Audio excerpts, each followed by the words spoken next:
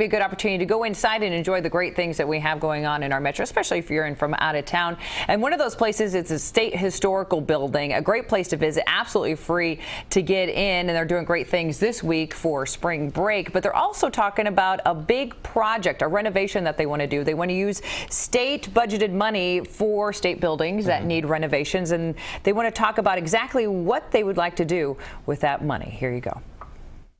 We're at a really critical juncture because our infrastructure is failing us, and so we have a litany of issues that have been wrong, some since day one. And so we don't have a vapor barrier, we have water leaks, we have skylights that have leaked since day one, we have a HVAC system that needs to be replaced in its entirety, we have unsealed concrete in our exhibit areas and our collection galleries, we have a faulty drainage system over collection areas and our exhibit galleries, and most importantly, that vapor barrier, without that, we're unable to control the temperature and humidity in exhibit and collection areas. So what we've done with the renovation project is recommended a right sizing of the building.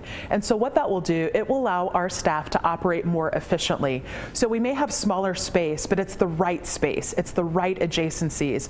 And in providing the right infrastructure, our staff is going to be able to make more of the collection available, whether it be through technology, through exhibits, more active exhibit rotation schedules, putting more of the collection out on loan.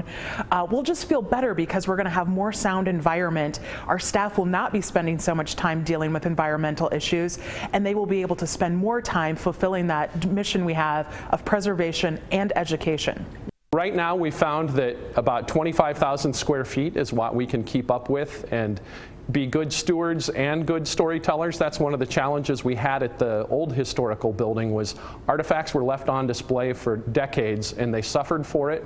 We rotate artifacts off and on, change the stories so that there's always something new to see. One of the other components we plan with the renovation is to have some open access areas to the vault level so that we can rotate collections off and on in a viewing area for Iowans to see. So people that come in 2021 might see a group of collections related to Iowa during World War II. And then if you came back in a couple of years, you'd see another set of collections. So it's a much more active and flexible opportunity for us to be able to tell stories, and that's great for all Iowans. The storage vault that we keep the collections has flaws in the concrete's not sealed, and it'll be incremental damage, but some of it's unpredictable, and that is what's unsettling because there are times if there's a thunderstorm happening in Des Moines, we will monitor the storage vault, we'll monitor our exhibit galleries to make sure that we aren't getting water infiltration in some new area.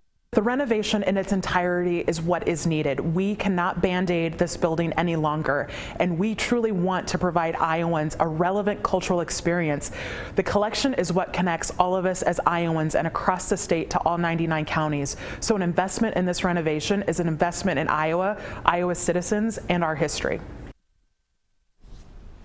It was wonderful to talk to the incredible team that they have over at the State Historical Building. But when we first heard the news about how they wanted so much money to redo it, and they were talking about making the space smaller, a lot of people kind of were up in arms and didn't understand what was going on. So it was wonderful to actually talk to them to explain how they have such a massive space they would actually be able to use it more efficiently and be able to have more exhibits and rotate them more regularly if the space was smaller. But also the upgrades that need to happen so that we don't lose the basic upgrades, the basic stuff, so we don't lose the amazing history that we already have in that building. So it's something to think about. They're saying if you are passionate about this, to reach out to your legislator because they're going to be deciding where that state money goes to what projects around, not only here locally but around the state. Good. So Have hopefully a better idea now. Yeah, exactly. All right.